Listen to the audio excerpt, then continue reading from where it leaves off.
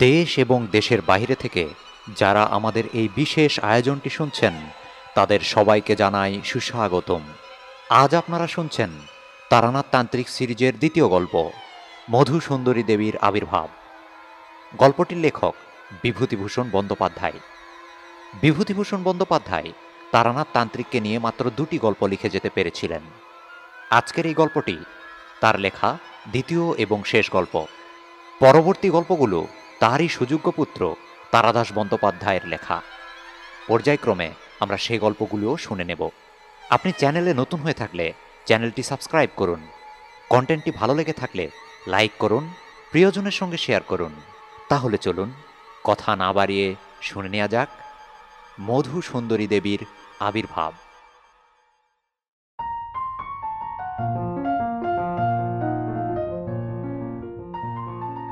তারানাথ তান্ত্রিকের প্রথম গল্প আপনারা শুনেছেন কিছুদিন আগে, হয়তো অনেকে বিশ্বাস করেননি। সুতরাং তার দ্বিতীয় গল্পটি যে বিশ্বাস করবেন এমন আশা করতে পারি না। কিন্তু এই দ্বিতীয় গল্পটি এমন অদ্ভুত যে সেটি আপনাদের শোনাবার লোভ সংবরণ করা আমার পক্ষে একেবারেই অসম্ভব। জগতে কি ঘটে না ঘটে তার কতটুকুই বা আমরা খবর রাখি। There are more things in heaven and earth for a টিউ, ইত্যাদি ইত্যাদি। অতএব এই গল্পটি শুনে যান এবং সম্পূর্ণ অসত্য বলে ডিসমিস করবার পূর্বে মহাকবির ওই বহুবার উদ্ধৃত সর্বজন পরিচিত অথচ গভীর উক্তিটি স্মরণ করবেন, এই আমার অনুরোধ।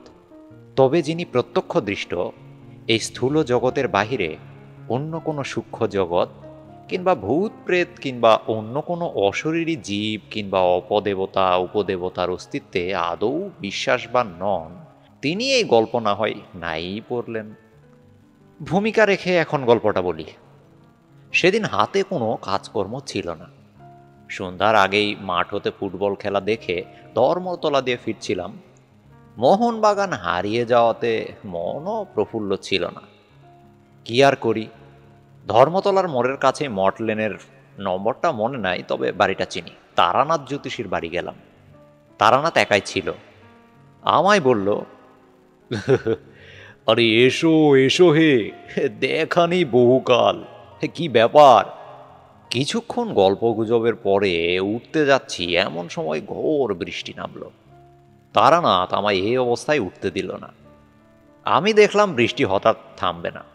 তারানাথের বৈঠকখানায় বসে আমরা দুজনে। বৃষ্টির সময় মনে কেমন এক ধরনের নির্জনতার ভাব আসে। বৃষ্টি না থাকলে মনে হয় শহর শুদ্ধ লোক বুঝি আমার ঘরে এসে ভিড় করবে। কেউ না আসলেও মনের ভাব এরূপই থাকে। কিন্তু বৃষ্টি নামলে মনে হয় এ বৃষ্টি মাথায় কেউই আসবে না। সুতরাং আমার ঘরে আমি একা। তারানাথের ওই কুঁড়ে ঘরে সেদিন মনে হলো আমরা দুজনে ছাড়া সারা কলকাতা শহরে যেন কোথাও কোনো লোক নাই। সুতরাং মনের ভাব বদলে গেল। এদিকে সন্ধ্যাও নামল। জীবনের অদ্ভুত ধরনের অভিজ্ঞতার কাহিনী বলবার ও শুনবার প্রবৃত্তি দুইজনেরই জাগল। ঘোর বৃষ্টিমুখর আষাঢ় সন্ধ্যায় আমরা মোহনবাগানের শোচনীয় পরাজয়, ল্যাংরাম অতিরিক্ত সস্তা হওয়ার ব্যাপার, চৌরঙ্গীর মোড়ে ওবেলাকার বাস দুর্ঘটনা প্রভৃতি নানারূপ কথা বলতে বলতে হঠাৎ কোন সময় নারী প্রেমের প্রসঙ্গে এসে পড়লাম। তারানাথ বেশ বড় জ্যোতিষ তান্ত্রিক হলেও সুখদেব যে নয় বা কোনো কালে ছিল না, এ কথা পূর্বের গল্পটিতেই বলেছি। আশা করি তা আপনারা বলেননি। নারীর সঙ্গে সে যে বহু মেলামেশা করেছে এ কথা বলাই বাহুল্য। সুতরাং তার মুখ হতে এই বিষয়ে কিছু রসালো অভিজ্ঞতার কথা শুনব, এরূপ আশা করা আমার পক্ষে সম্পূর্ণ স্বাভাবিকই ছিল। কিন্তু তার পরিবর্তে সে এ সম্বন্ধে যে অসাধারণ ধরনের অভিজ্ঞতার কাহিনীটি বর্ণনা করল, তার জন্য সত্যি বলছি আদৌ প্রস্তুত ছিলাম না। আর একটা কথা, তারানাথকে দেখে বা তার মুখে কথা শুনে আমার মনে হয়েছিল একটা কি ঘোর দুঃখ মনে সে চেপে রেখেছে। অনেকবার তন্ত্রশাস্ত্রের কথাবার্তা বলতে গিয়ে যেন কি একটা বলি বলি করেও বলে নাই। আজ বুঝলাম তারানাথের তান্ত্রিক জীবনের অনেক কাহিনী সে আমার কাছে কেন কাহারও কাছেই বলে নাই। হয়তো সেগুলি ঠিক বলবার কথাও নয়, কারণ সে কথা বলা তার পক্ষে কষ্টকর স্মৃতির পুনরুদ্বোধন করা মাত্র। তাছাড়া আমার মনে হয় লোককে সেসব গল্প বিশ্বাস করানো শক্ত। বললাম, জ্যোতিষী মশাইয়ের এ সম্বন্ধে অভিজ্ঞতা নিশ্চয়ই আছে অনেক, কি বলেন? তারানাথ বলল, আরে হ্যাঁ, অভিজ্ঞতা একটাই আছে, এবং সেটা বড় মারাত্মক রকমের অদ্ভুত। প্রেম কাকে বলে বুঝেছিলাম সেবার, এখন কিন্তু সেটা স্বপ্ন বলে মনে হয়। শোনো তবে। আমি বাধা দিয়ে বললাম, আরে এই কোনো ট্র্যাজিক গল্প বলবেন না। প্রথম প্রেম হলো একটি মেয়ের সঙ্গে, সে মারা গেল, এই তো। ও ঢের শুনেছি। তারানাথ হেসে বলল, আরে ঢের শোনোনি, শোনো, কিন্তু বিশ্বাস যদি না করো তাও আমায় বলবে। এরকম গল্প বানিয়ে বলতে পারলে একজন গল্প লেখক হয়ে যেতুম হে। দু একজন নিতান্ত অন্তরঙ্গ বন্ধু ছাড়া এ কথা কারো কাছে বলিনি। ঠিক এই সময়ে বাড়ির ভিতর হতে তারানাথের বড় মেয়ে চারু, ওরফে চারি, দুপেয়ালা গরম চা ও দুখানি করে পরোটা ও আলু ভাজা আনলো। চারি 10 বছরের মেয়ে, তারানাথের মতোই গায়ের রং বেশ উজ্জ্বল, মুখ চোখ মন্দ নয়। আমায় বলল, হে কাকাবাবু, লেসের কাগজের ছবিটা আনলেন না? চারির কাছে কথা দিয়ে রেখেছিলাম, ধর্মতলার দোকান থেকে তার উল বোনার জন্য একটা ছবি ও প্যাটার্নের নকশা কিনে দেব। হ্যাঁ বললাম, হ্যাঁ আরে মা, আজ ফুটবলের ভিড় ছিল, কাল এনে দেবো, ঠিক? হ্যাঁ। চারি দাঁড়িয়েছিল। তারানাথ বলল, এই যা, তুই চলে যা, দুটো পান নিয়ে আয় তো, যা। মেয়ে চলে গেলে আমার দিকে চেয়ে বলল, আরে ছেলেপিলের সামনে সেসব গল্প। আর চাটা খেয়ে নাও, তারপর পরোটা খানাও। না না না, ফেলতে পারবে না, ইয়ং ম্যান তোমরা এখন, খাওয়ার বেলা অমন। ওই বৃষ্টির জলে হাত ধুয়ে ফেলো। চা পানের পর তারানাথ বলতে আরম্ভ করল, বীরভূমের শ্মশানের যে পাগলির অদ্ভুত কাণ্ড সেবার গল্প করেছিলাম, তার ওখান থেকে তো চলে এলাম সেই কাণ্ডের পরেই। কিন্তু তন্ত্রশাস্ত্রের প্রতি আমার একটা শ্রদ্ধা হয়ে গেল তারপর থেকে। নিজের চোখে যা দেখলুম তা তো আর বিশ্বাস না করে পারি না। এটা পাগলির কথা থেকে বুঝেছিলুম, পাগলি আমায় ইন্দ্রজাল দেখিয়েছিল নিম্নতন্ত্রের সাহায্যে, কিন্তু সে তো ব্ল্যাক ম্যাজিক ছাড়া উচ্চতন্ত্রের কথাও বলেছিল। ভাবলাম, আরে দেখি না কি আছে এর মধ্যে। গুরু খুঁজতে লাগলাম। খুঁজলে কি হবে, ও পথের পথিকের দর্শন পাওয়া অত্যন্ত দুর্লভ। এই সময়ে বহু স্থান ঘুরে বেরিয়ে আমার দুটি মূল্যবান অভিজ্ঞতা হলো। প্রথম, ধনী জ্বালানো সাধুদের মধ্যে 99% জন ব্যবসাদার। ধর্ম জিনিসটা এদের কাছে একটা বেজাগিনার বস্তু। ক্রেতাকে ঠকাবার বিপুল কৌশল ও আয়োজন এদের আয়ত্তাধীনে। আর দ্বিতীয়, সাধারণ মানুষ অত্যন্ত বোকা, এদের ঠকানো খুব সহজ, বিশেষত ধর্মের ব্যাপারে। আচ্ছা যাক ওসব কথা, আমি ধনী জ্বালানো ব্যবসাদার সাধু অনেক দেখলুম। ইন্স্যুরেন্সের দালাল দেখলুম, দৈবী ওষুধের মাদুলি বিক্রেতাকে দেখলুম, সাধু বেশি ভিক্ষুক দেখলুম। সত্যিকারের সাধু একটাও দেখলুম না। এই অবস্থায় বরাকর নদীর ধারে শালবনের মধ্যে একটি ক্ষুদ্র গ্রামের সীমায় এক মন্দিরে একদিন আশ্রয় নিয়েছি।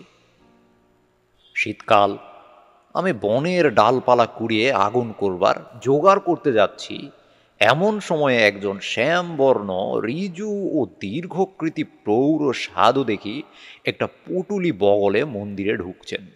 আমি গিয়ে সাষ্টাঙ্গে প্রণাম করলাম। সাধুটি বেশ মিষ্টভাষী। বললেন, তুই যে দেখছি বড় ভক্ত, কি চাস এখানে? বাড়ি ছেড়ে দেখছি রাগ করে বেরিয়েছিস। আমি বিনীত প্রতিবাদের সুরে বলতে গেলুম, আগে রাগ নয় বাবাজি, বৈরাগ্য। সাধুজি এসে বললেন, যে কথাটি পাগলিও বলেছিল, ওহে ছোকরা, সাধু হব বললেই হওয়া যায় না, তোর মধ্যে ভোগের বাসনা এখনো পুরো মাত্রায় রয়েছে। সংসার ধর্ম করগে যা। মন্দির থেকে একটু দূরে ছাতিম গাছের তলায় সাধুর পঞ্চমুণ্ডির আসন, 5টি নরমুণ্ডি পেতে তৈরি। সাধু রাত্রে সেখানে নির্জনে সাধনা করে, তাও দেখলুম। মনে ভারী শ্রদ্ধা হলো। সংকল্প করলুম এই মহাপুরুষকে ছেড়ে কোথাও যাচ্ছি না এবার। কিছুদিন লেগে রইলাম তার পিছনে। তার হোমের কাঠ ভেঙে এনে দিই, 3 মাইল দূরের কুসুমবনি বলে গ্রাম থেকে তার চাল ডাল কিনে আনি। গ্রামের সকল লোকের মুখে শুনলুম সাধুটি বড় একজন তান্ত্রিক, অনেক অদ্ভুত ক্রিয়াকলাপ তার আছে। তবে পাগলির কাছে যেতে লোকে যেমন আমায় ভয় দেখিয়েছিল, এখানেও তেমনই ভয় দেখালো। বললে, তান্ত্রিক সাধু সন্ন্যাসীদের বিশ্বাস করো না বেশি, ওরা সব পারে বুঝছো, একটু সাবধান হয়ে চইল, বিপদে পড়ে যাবে তা নইলে। শীঘ্রই ওদের কথার সত্যতা একদিন বুঝলুম। গভীর রাত্রিতে আমার ঘুম ভেঙে গিয়েছে। সেদিন শুল্কপক্ষের রাত্রি, বেশ ফুটফুটে জ্যোৎস্না। মন্দির থেকে ছাতিম গাছের দিকে চেয়ে দেখি সাধু বাবাজি কার সঙ্গে পঞ্চমুণ্ডির আসনে বসে কথা বলছেন। কৌতূহল হলো, এত রাত্রে কে এলো এই নির্জন নদী তীরের জঙ্গলের মধ্যে? কৌতূহল সামলাতে না পেরে এগিয়ে গেলুম। অল্প দূরে গিয়ে যা দেখলুম, তাতে আর এগিয়ে যেতে সংকোচ বোধ হলো, এবং সঙ্গে সঙ্গে রীতিমতো আশ্চর্য হয়ে গেলুম। সাধু বাবাজি এত রাত্রে একজন মেয়ে মানুষের সঙ্গে কথা বলছেন। গাছের আড়াল থেকে মেয়ে মানুষটিকে আমি খানিকটা স্পষ্ট, খানিকটা অস্পষ্টভাবে দেখে আমার মনে হলো মেয়েটি যুবতী এবং পরমা সুন্দরী। এত রাত্রে গুরুদেব কোন মেয়ের সঙ্গে কথা বলছেন? আর সে মেয়েটি এলোই বা কেমন করে একা এই নির্জন জায়গায়? যাই হোক, আর বেশি দূর অগ্রসর হলেই ওরা আমায় টের পাবে। মনে কেমন ভয়ও হলো। সেদিন চলে এলুম। তার পরদিন রাত্রে আমি ঘুমোলুম না। গভীর রাত্রে উঠে পা টিপে টিপে বাইরে গিয়ে গাছের আড়াল থেকে উঁকি মেরে দেখি কাল রাতের সে মানুষটি আজও এসেছে। ভোর হবার কিছু আগে পর্যন্ত আমি সেদিন গাছের আড়ালেই রইলাম দাঁড়িয়ে। ফর্সা হবার লক্ষণ হচ্ছে দেখে আর সাহস হলো না। মন্দিরে গিয়ে নিজের বিছানায় শুয়ে ঘুমিয়ে পড়লাম। পরদিন রাত্রেও আবার অবিকল তাই। একদিন আর একটি জিনিস লক্ষ্য করলাম, যে মেয়ে মানুষটির সঙ্গে কথা হচ্ছে তার পরনের বস্ত্রাদি বড় অদ্ভুত ধরনের। সে যে কোন দেশের বস্ত্র পরেছে সেটা না শাড়ি, না ঘাগরা, না জাপানি কিমোনো, না মেয়েদের গাউন। অজানা যদিও ভারী চমৎকার মানিয়েছেও বটে। সেদিন আরও একটা কথা আমার মনে হলো, মেয়ে মানুষটি যেই হোক, সে জানে আমি রোজ গাছের আড়ালে দাঁড়িয়ে দাঁড়িয়ে ওর দিকে চেয়ে থাকি। কি করে আমার এ কথা মনে হলো তা আমি বলতে পারবো না, কিন্তু এই কথা আবছাভাবে আমার মনের মধ্যে উদয় হওয়ার সঙ্গে সঙ্গে মনে কেমন একটু ভয় হলো। সরে বড়ি বাবা, দরকার কি আমার এসবের মধ্যে থেকে? কিন্তু পরদিন রাত্রে এক সময়ে আর শুয়ে থাকতে পারলাম না। নিশ্চিন্ত মনে উঠে যেতেই হলো। সেদিন আর একটা জিনিস লক্ষ্য করলাম, মেয়ে মানুষটি যখন থাকে তখন এক ধরনের খুব মৃদু সুগন্ধ যেন বাতাসে পাওয়া যায়। এ কদিনও এই গন্ধটাই পেয়েছি, কিন্তু ভেবেছিলুম কোনো বন্য ফুলের গন্ধ হয়তো। আজ বেশ মনে হলো এই গন্ধের সঙ্গে ওই মেয়েটির উপস্থিতির একটা সম্বন্ধ বর্তমান। এই রকম চলল আরও দিন 10-12। তারপরে সাধুর ডাক এলো বরাকর না কোডারমার এক গাড়োয়ালে জমিদার বাড়িতে, কি সব শান্তি শাস্তায়নিকা করার জন্য। সাধুজি প্রথমে যেতে রাজি হননি। 2 দিন তাদের লোক ফিরে গিয়েছিল, কিন্তু তৃতীয়বারে জমিদারের ছোট ভাই নিজে পালকি নিয়ে এসে সাধুকে অনেক খোসামত করে নিয়ে গেলেন। মনে ভাবলুম, হে আর কিছু নয়, সাধুজি সেই মেয়েটিকে ছেড়ে একটি রাত্রিও বাইরে কাটাতে রাজি নন, কিন্তু নিকটে কোথাও বস্তি নেই। মেয়েটি আসেই বা কোথা থেকে? আর সাধারণ সাঁওতাল বা বিহারি মেয়ে নয়। আমি অনেকবার দেখেছি সেটিকে, এবং প্রত্যেকবারই আমার দৃঢ় বিশ্বাস হয়েছে এ কোনো বড় ঘরের মেয়ে। যেমন রূপসী, তেমনই তার অদ্ভুত ধরনের অতি চমৎকার এবং দামি পরন পরিচ্ছদ। হঠাৎ আমার মনে একটা দুষ্ট বুদ্ধি জাগল। আমার মনে হয়েছিল মেয়েটিকে সাধুজির হয়তো খবর দেওয়ার সুযোগ হয়নি। দেখাই যাক না আজ রাত্রে আসে কিনা। আরে, তখন ছিল অল্প বয়স, তোমরা যাকে বলো রোম্যান্স, তার তখন যে আমার যথেষ্টই ছিল, এতে তুমি আমাকে দোষ দিতে পারো না। নির্দিষ্ট সময়ের কিছু আগে রাত্রে সেদিন আমি নিজেই গিয়ে পঞ্চমুণ্ডির আসনে বসে রইলাম। মনে ভয়ানক কৌতূহল, দেখি আজ মেয়েটা আসে কিনা। কেউ কোনো দিকে নেই, নির্জন রাত্রি। মনে একটু ভয়ও হলো, এ ধরনের কাজ কখনো করিনি, কোনো হাঙ্গামায় আবার না পড়ে যায়। তখন আমি অপরিণত বুদ্ধি নির্বোধ যুবক মাত্র। তখন গ্রহণাক্ষরেও যদি জানতাম অজ্ঞাতসারে কি ব্যাপারের সম্মুখীন হতে চলেছি, তবে কি আর ছাতিমতলায় একা পঞ্চমুণ্ডির আসনে বসতে যায়? তা নয়, ও আমার অদৃষ্টের লিপি। সে রাত্রির জের আমার জীবনে আজও মেটেনি। আমার মনের শান্তি চিরদিনের জন্য হারানোর সূত্রপাতটি ঘটেছিল সেই কাল রাত্রে। তা কি আর তখন বুঝেছিলুম? আচ্ছা, যাক ও কথা। রাত ক্রমে গভীর হলো। পূব দিকের গাছপালার আড়াল থেকে চাঁদ উঠতে লাগলো একটু একটু করে। আমার ডাইনের বরাকর নদী, দুই পাড়ের শিলাখণ্ড ছড়ানো, তার উপর জ্যোৎস্না এসে পড়েছে। সেই নদীর পাড়েই ছাতিমতলা ও পঞ্চমুণ্ডির আসন। আমি সেখানে বসে আছি। আমার বাঁ দিকে খানিকটা ফাঁকা ঘাসের মাঠ। তারপর শালবন শুরু হয়েছে। হঠাৎ সামনের দিকে চেয়ে আমি চমকে উঠলুম। আমার সামনে সেই মেয়েটি কখন এসে দাঁড়িয়েছে এমন নিঃশব্দে, এমন অতর্কিতভাবে যে আমি একেবারেই কিছু টের পাইনি। অথচ আগেই বলেছি, আমার একদিকে বরাকর নদীর জ্যোৎস্না ওঠা শিলাবৃস্তিত পাড়, আর একদিকে ফাঁকা মাঠ। আসনে বসে পর্যন্ত আমি সতর্ক দৃষ্টিও রেখেছি মাঠের দিকে। নদীর দিক থেকে আমার কাছে কারো আসা সম্ভব নয়। মাঠের দিক থেকে কেউ এলে আমার দৃষ্টি এড়ানোরও কথা নয়। মেয়েটি যেখানে দাঁড়িয়ে সেখানে আধ সেকেন্ড আগেও কেউ ছিল না, আমি জানি এটা। আধ সেকেন্ড পরেই সেখানে জলজান্ত একটা রূপসী মেয়ের আবির্ভাব আমার কাছে সম্পূর্ণ ইন্দ্রজালের মতো ঠেকলো বলেই আমি চমকে উঠলাম। সঙ্গে সঙ্গে সেই মৃদু মধুর সুগন্ধ আমার সারা দেহ মন অবশ আচ্ছন্ন হয়ে উঠল। আমার জ্ঞানও বোধহয় ছিল তারপর আর 1 সেকেন্ড। তারপরে কি ঘটল আমি আর কিছুই জানি না। যখন আমার আবার জ্ঞান ফিরে এলো তখন ভোর হয়েছে। উঠে দেখি সারা রাত সেই পঞ্চমুণ্ডির আসনে আমি অজ্ঞান হয়ে পড়েছিলাম।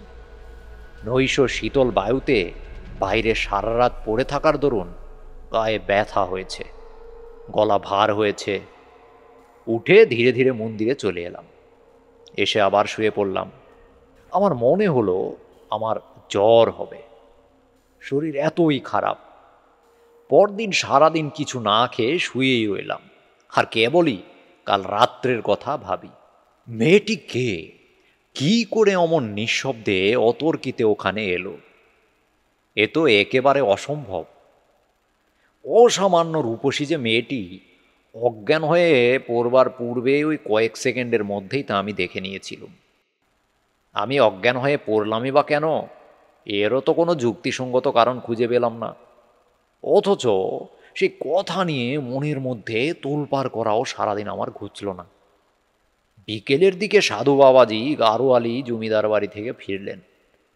আমার জন্যে লাড্ডু, কচুরি এবং একটা মোটা সুতি চাদর এনেছেন। তার নিজের জন্য জমিদার বাড়ি থেকে ভালো একখানা পশমি আলোয়ান দিয়েছে। আমায় বললেন, হে কি হে, শুয়ে কেন? ওঠো, জিনিসগুলো রেখে দাও। অতি কষ্টে উঠে সাধুর হাত থেকে পুটলিটা নিলাম। তিনি আমার দিকে চেয়ে বললেন, হে কি হয়েছে, অসুখ বিসুখ নাকি? কিছু জবাব দিলাম না। সাধু স্নান করতে গেলেন এবং এসে জমিদার বাড়ির কাণ্ড কীরকম তারই সবিস্তারে বর্ণনা করতে লাগলেন। আমায় বললেন, এই তোমার কি হয়েছে বলো তো? অমন মনমরা ভাব কেন? বাড়ির জন্য মন কেমন করছে বুঝি? বলেছি তো বাবা, তোমরা ছেলে ছোকরা এ পথে কি নামলেই নামা যায় রে বাপু, বড় কঠিন পথ। সেই রাত্রে আমার খুব জ্বর এলো। কতদিন ঠিক জানি না, অজ্ঞান অচৈতন্য রইলাম। জ্ঞান হলেই দেখতাম সাধু শিওরে বসে আছেন। বোধহয় তারই সেবা যত্নে এবং দয়ায় সেবার ক্রমে সেরে উঠলাম। সেরে উঠে একদিন গাছতলায় বসেছি দুপুরের পরে। সাধু বললেন, ছেলে ছোকরা কিনা, কি কাণ্ডটা বাঁধিয়ে বসেছিলি বাপু। এবার তো বাঁচতে না, অতি কষ্টে বাঁচাতে হয়েছে। আচ্ছা বাপু, এই পঞ্চমন্ডির আসনে কি জন্য গিয়েছিলে সেদিন রাত্রে?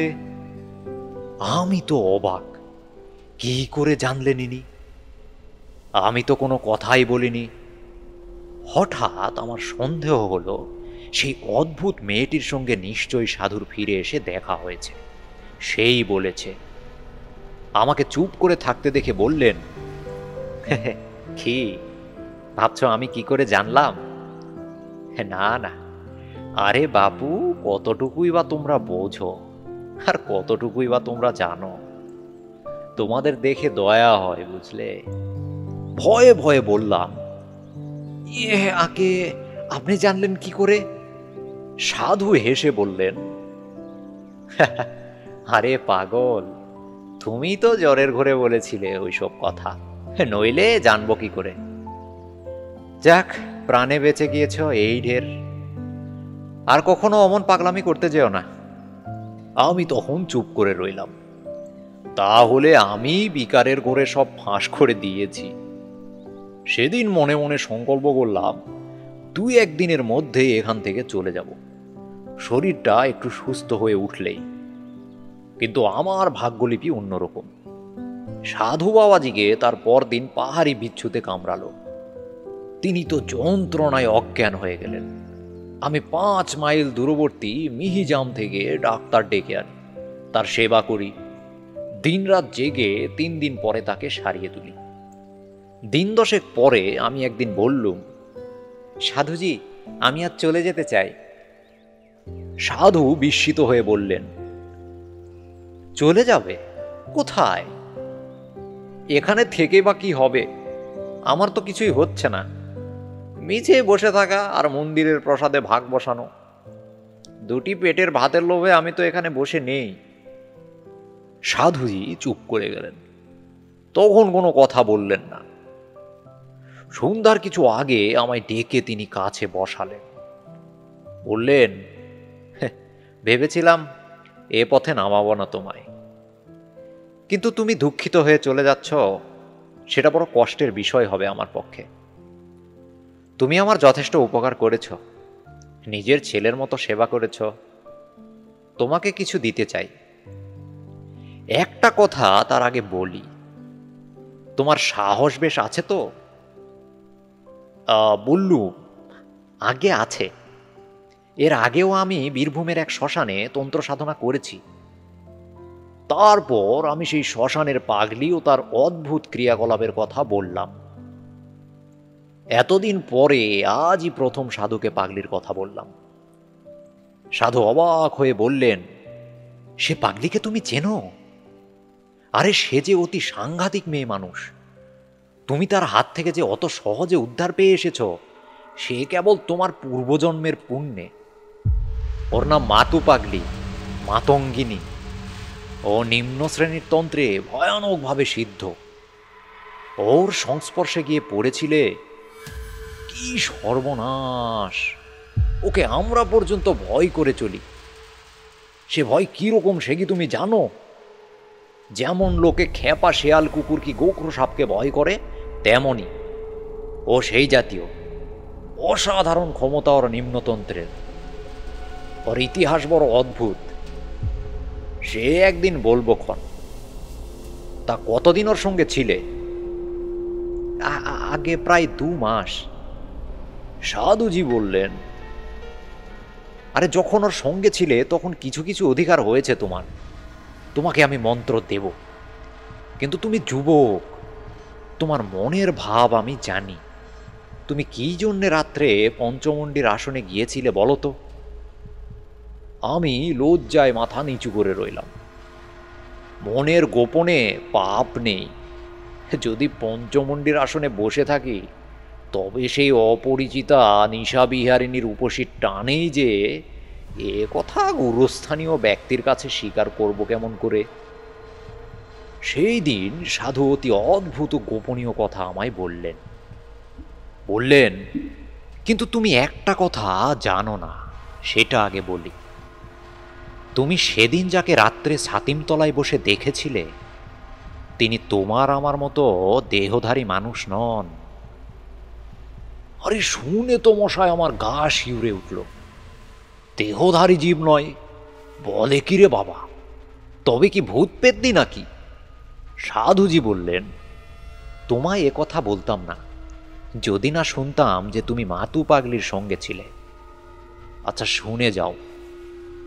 আমার গুরুদেব ছিলেন কালিকানন্দ ব্রহ্মচারী। হুগলি জেলায় জেজুর গ্রামে তার মঠ ছিল। মস্ত বড় সাধক ছিলেন। কুলার্ণব আর মহাডামর এই 2 শ্রেষ্ঠতন্ত্রে তার সমান অধিকার ছিল। মহাডামর তন্ত্রের একটি নিম্ন শাখার নাম ভূতডামর। আমি তখন যুবক, তোমারই মতো বয়স। স্বভাবতই আমার ঝোঁক গিয়ে পড়ল ভূতডামরের উপর। গুরুদেব আমার মনের গতি বুঝতে পেরে ও পথ থেকে ফেরাবার যথেষ্ট চেষ্টা করেছিলেন, কিন্তু তাই কি হয়? অদৃষ্টলিপি তবে আর বলেছে কাকে? এই তোমার যেমন। আমি বললাম, ও পথ থেকে ফেরাতে চেষ্টা করেছিলেন কেন? ও পথ প্রলোভনের পথ, বিপদের পথ। ভূতডামর তন্ত্র নানা প্রকার অশরীরী উপদেবীদের নিয়ে কারবার করে। তন্ত্রের ভাষায় এদের সাধারণ নাম যোগিনী। জপে ও সাধনায় বশীভূত হয়ে এদের মধ্যে যে কেউ যার সাধনা তুমি করবে, সে তোমার আপন হয়ে থাকতে পারে। নানাভাবে এদের সাধনা করা যায়। কিঙ্কিনী দেবীকে মাতৃভাবে পেতে হয়, কনকবতী দেবীকে পাওয়া যায় কন্যাভাবে, কিন্তু বাকি সব যোগিনীদেরকে যে কোনোভাবে সাধনা করা যায় এবং যে কোনোভাবে পেতে পারা যায়। এসব যোগিনীদের কেউ ভালো, কেউ মন্দ। এদের জাতি নেই, বিচার নেই, ধর্ম নেই। কোনো গণ্ডি বা বাধ্যবাধকতার মধ্যে এরা আবদ্ধ নন।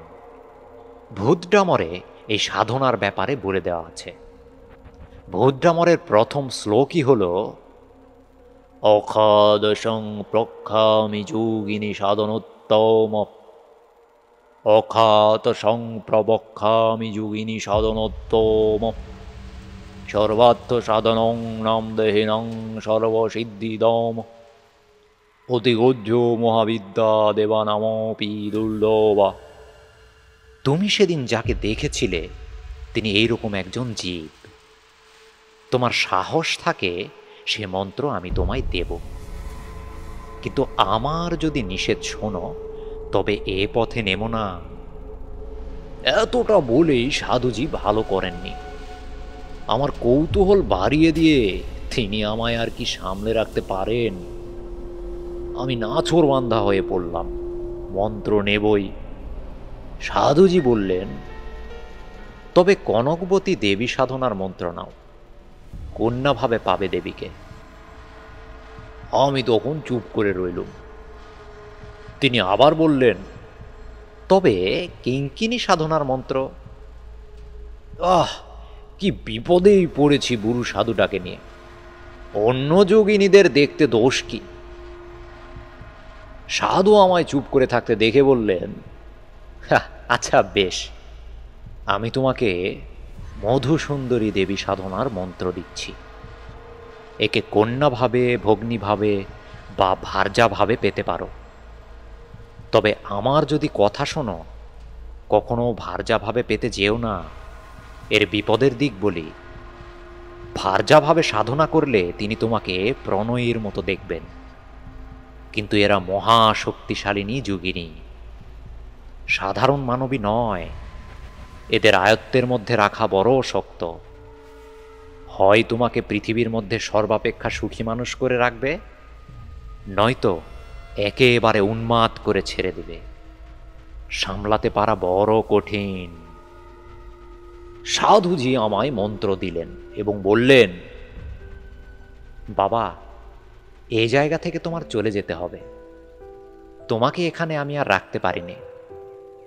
এক জায়গায় দুজন সাধকের সাধনা হয় না।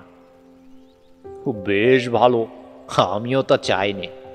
আমার ভয় ছিল, হয়তো সাধুজিও মাতু পাগলির মতো হিপনোটিজম জানে এবং খানিকটা অভিভুক্ত করে যা তা দেখাবে আমায়। তারপর আমি তারানাথের কথায় বাধা দিয়ে বললাম, কেন? আপনি যে সচক্ষে পঞ্চমন্ডির আসনে কি মূর্তি দেখেছিলেন, তখন তো সাধু সেখানে ছিল না। আরে তারপর আমার টাইফয়েড জ্বর হয় বলিনি? হয়তো পঞ্চমন্ডির আসনে যখন বসে তখনই জ্বর আসছে। সে সময় জ্বরের পূর্বাবস্থায় অসুস্থ মস্তিষ্কে কি বিকার দেখে থাকবো, হয়তো চোখের ধাঁধা। জ্বর ছেড়ে সেরে উঠে এ সন্দেহ আমার হয়েছিল, সত্যি বলছি। আচ্ছা যাক গে সে কথা। তারপর ওখান থেকে চলে গেলাম বরাকর নদীর ধারে আর একটা নির্জন জায়গায়। ওখান থেকে 5-6 মাইল দূরে একটা গ্রাম ছিল কিছু দূরে। থাকতাম গ্রামের বারোয়ারি ঘরে। গ্রামের লোকে যে যা দিত তাই খেতাম, আর সন্ধ্যার পরে নদীর ধারে নির্জনে বসে মন্ত্র জপ করতাম। এরকমে 1 মাস কেটে গেল, 2 মাস গেল, 3 মাস গেল, কিছুই দেখিনে। মন্ত্রের উপর বিশ্বাস ক্রমেই যেন কমে যাচ্ছে।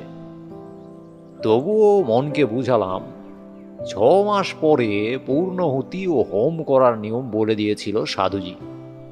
তার আগে কিছু হবে না। 6 মাসও পূর্ণ হলো। সাধুজি যেমন বলে দিয়েছিল ঠিক সেই সব নিয়ম পালন করলাম। পদ্মাসনং সমান্তায় মৎচন্দ্রনাথ সন্তম অমিষান্য উপস্য পৌ সংবজ্য মধুসুন্দরীম। বরাকর নদীর তীরে বসে ভাত রাঁধলুম, কই মাছ পোড়ালুম, আঙ্গট কলার পাতায় ভাত ও পোড়া মাছের নৈবেদ্য দিলাম। ডুমিরের সমিত দিয়ে বালির উপর হোম করে অং ডং ডং জং ইং খং মধুসুন্দর্যাম এই মন্ত্রে আহুতি দিলাম। জাতি ফুলের মালা নিতান্তই দরকার। কত দূর থেকে খুঁজে জাতি ফুলের মালা এনেছিলাম। তার মালা ও চন্দন আলাদা কলার পাতায় রেখে দেবীর উদ্দেশ্যে নিবেদন করে ধ্যানে বসলাম। সারা রাত কেটে গেল। বললাম, এ কিছু দেখলেন? কাকস্য পরিবেদনা। ঘি, চন্দন, মিষ্টি কিনতে কেবল কতকগুলো পয়সার শ্রাদ্ধ হয়ে গেল। ধ্যান জপ হোমে কিছুই ফল পড়ল না। রাগ করে টান মেরে সব নৈবেদ্য ফেলে দিলাম নদীর জলে। বেটা সাধু বিষম ঠকিয়েছে। কোনো বেটার কোনো ক্ষমতা নেই, যেমন মাতু পাগলি তেমনই এই সাধু। তন্ত্রতন্ত্র সব বাজে, খানিকটা হিপনোটিজম জানে, তার বলে মূর্খ গ্রাম্য লোককে ঠকিয়ে খায়। এসব ভাবই বটে, জবটা কিন্তু ছাড়তে পারেনি। অভ্যেস মতো করেই যাই। ওটা যেন একটা বদ অভ্যাসে দাঁড়িয়ে গিয়েছিল। এভাবে আরো মাস 4-5 কেটে গেল। একদিন সন্ধ্যার পরেই, রাত তখন হয়েছে সবে 0.5 ঘন্টাও হয়নি, আমি একটা গাছের তলায় বসে জপ করছি। অন্ধকার হলেও খুব ঘন হয়নি তখনও। হঠাৎ তীব্র কস্তুরীর গন্ধ অনুভব করলাম বাতাসে। বেশ মন দিয়ে শুনে যাও, এক বর্ণ মিথ্যা বলিনি হে। যা যা হলো একটার পর আরেকটা বলছি, মন দিয়ে শোনো। কস্তুরীর গন্ধটা যখন সেকেন্ডে 4-5 পেয়েছি, তখন আমার সেদিকে মন গেল। ভাবলুম, দেখছি অবিকল কস্তুরীর গন্ধ। বাহ, পাহাড়ে জঙ্গলে কত সুন্দর অজানা বনফুলি আছে। তারপরেই আমার মনে হলো, আমার পেছনে অর্থাৎ যে গাছটার তলায় বসেছিলাম তার গুড়ির আড়ালে কে একজন এসে দাঁড়িয়েছে। আমি পেছন থেকে দেখতে পাচ্ছি না বটে, কিন্তু অনেক সময় লোকের উপস্থিতি চোখে না দেখেও এভাবে ধরা যায়। আমার সমস্ত ইন্দ্রিয় তখন যেন অতিমাত্রায় সজাগ ও সতর্ক হয়ে উঠেছে।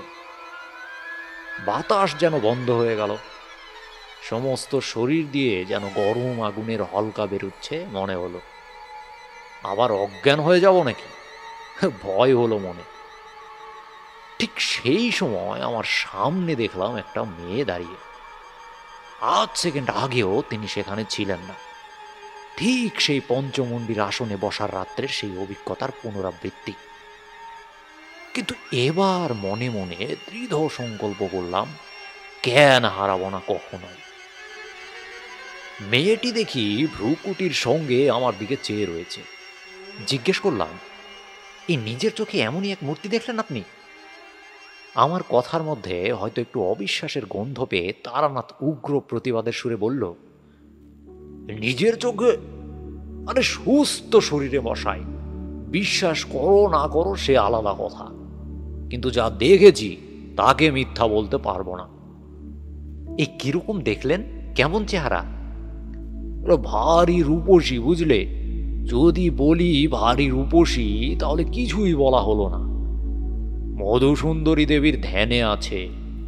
উদ্দাত ভানু প্রতিকাশা বিদ্যুৎ পুঞ্জ নিভাসতি নীলাম্বর পরিধানা মদবিহল্লোচনা ননালঙ্কার শোভাঢ্যা কস্তুরী গন্ধা মুদিতা কোমলাঙ্গিং স্পেরোমুখিং পিনুত্তঙ্গ পয়োধরাম।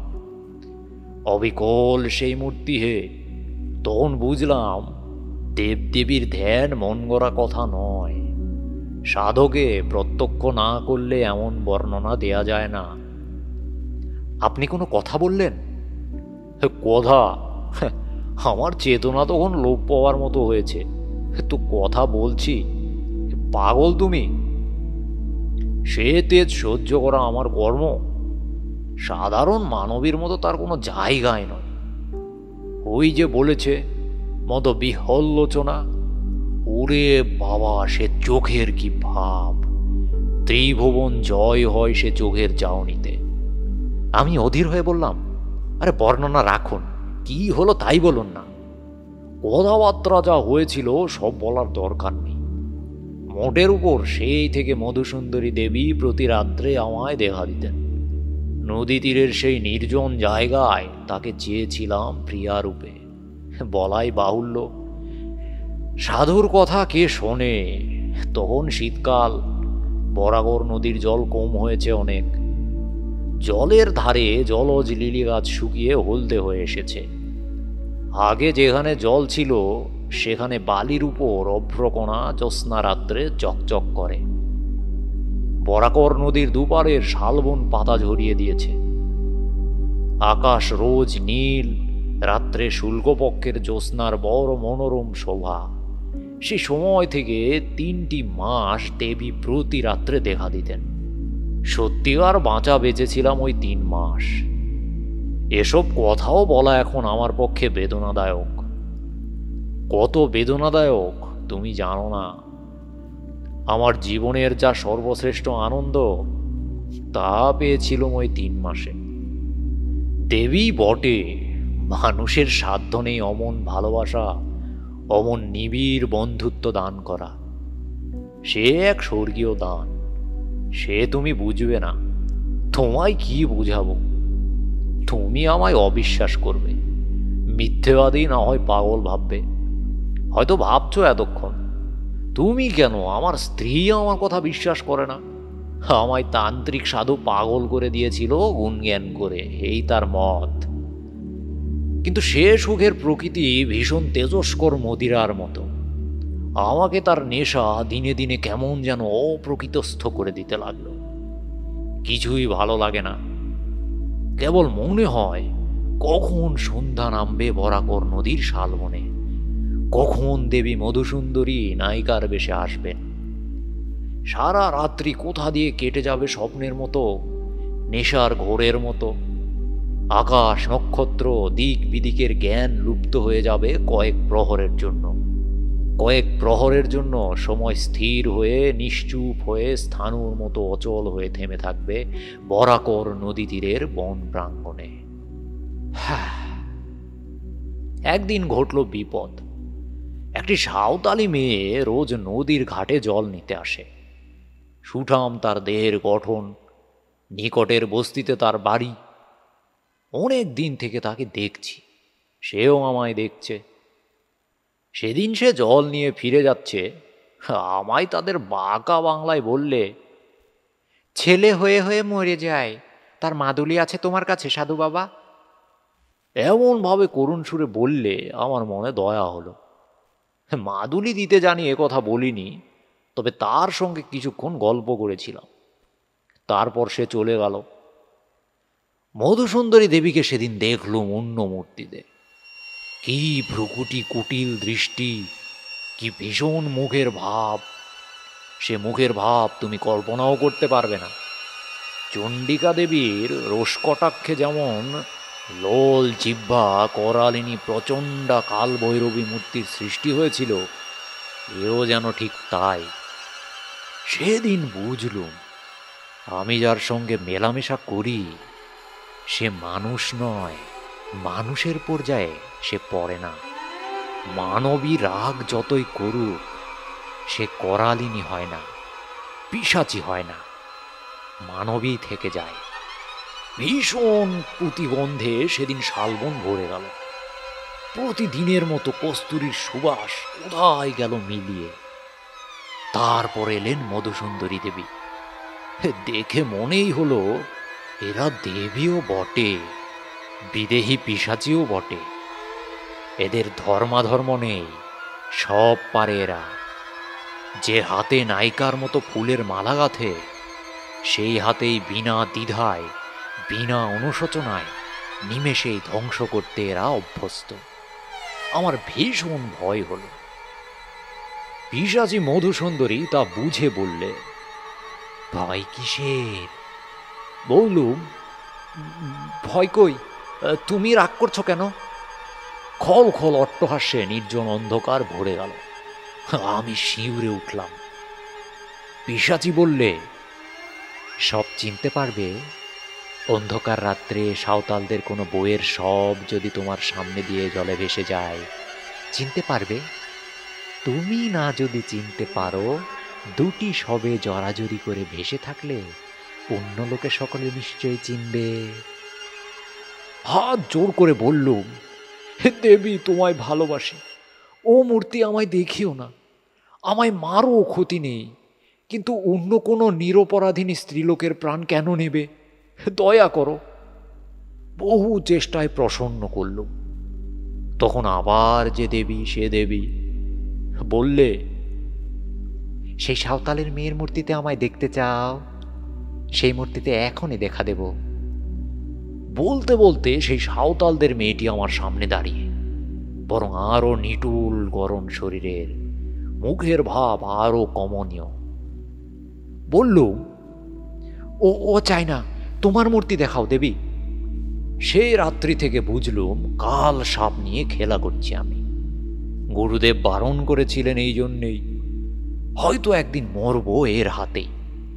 সাপুরে সাপ খেলায় মন্ত্রে, আবার বেকায়দায় পড়লে সাপের ছোবলেই মরে। এভাবে বেশি দিন কিন্তু ছিল না। কিছুদিন পরে পিশাচি মূর্তি ভুলে গেলুম দেবীর অনুপম প্রেমে ও মধুর ব্যবহারে। তাতেও বুঝলুম এ সাধারণ মানবী নয়, অমানসিক ধরনের এদের মন। মানুষের বিবর্তনের জীব এরা নয়, হয় তার উপরে নয় তার নিচে। একদিন দেবী আমায় বললেন, আর কিছুদিন যাক, তোমায় বহু দূরে নিয়ে যাব। কোথায় সে বলবো না এখন। কত দূরে, কোন দিকে? এত দূরে, এমন দিকে যা তুমি ধারণাও করতে পারবে না। তবে তোমার ভাগ্যে আছে কি তা? সব ভুলে গেলাম আবার। পিশাচিনী মধুসুন্দরী তখন কোথায় মিলিয়ে গেছে। আমার সামনে হাস্যলাস্যময়ী যৌবন চঞ্চলা মুগ্ধ স্বভাবা অপরূপ রূপসী এক তরুণী নারী, দেবী বটে।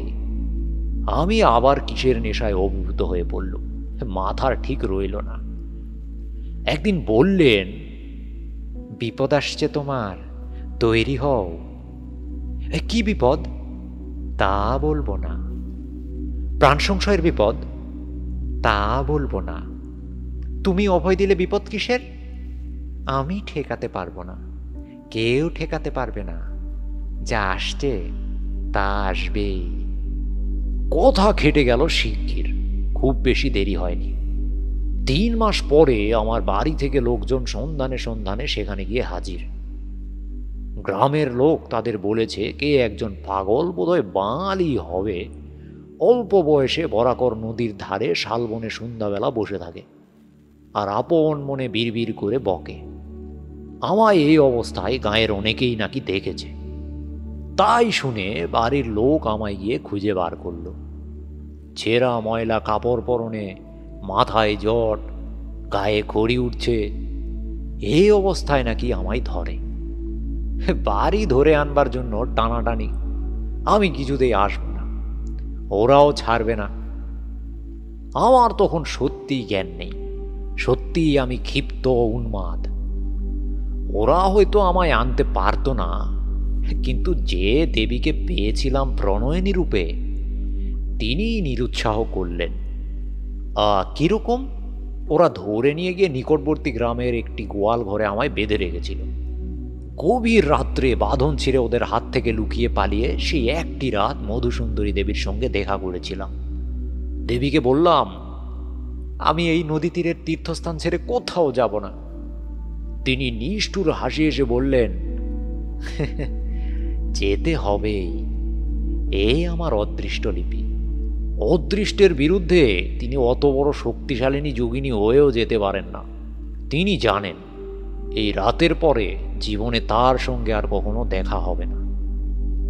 আগে থেকেই বলে তৈরি করে রাখতে চেয়েছিলেন, এই জন্যই। দেবী ত্রিকালঙ্কা তাকে জিজ্ঞেস করেনি কি করে তিনি এ কথা জানলেন। হলো তাই। বাড়ি আসার পরে সবাই বললে, কে কি খাইয়ে পাগল করে দিয়েছে। দিন কতক উন্মাদের চিকিৎসা চলল। বছর খানেক পরে আমার বিয়ে দেওয়া হলো। সেই থেকেই আমি সংসারী। আমি জিজ্ঞাসা করলাম, আর কখনো মন্ত্রজপ করে তাকে আহ্বান করেননি কেন? বাপ রে, এ কি ছেলে খেলা হে! মারা যাব শেষে। অন্য নারী জীবনে এলে তিনি দেখা দেবেন, সে চেষ্টাও কখনো করিনি। সে কতকাল হয়ে গেল, সে কি আজকার কথা? আচ্ছা, এখন আর তাকে দেখতে ইচ্ছে হয় না? বৃদ্ধ তারানাথ উৎসাহে উত্তেজনায় বালিশ বুকে দিয়ে খাড়া হয়ে উঠে বসলেন। ইচ্ছে হয় না কে বললে? বললুম তো, ওই 3 মাসই বেঁচে ছিলাম। দেবী এসেছিলেন মানুষই হয়ে। এদিকে সূর্যশালিনী শক্তিরূপিণী যোগিনী তেজে কাছে ঘেঁষা যায় না, অথচ কি মানবী হয়ে যেতেন। যখন ধরা দিতেন আমায়, প্রিয়ার মতো আসতেন কাছে।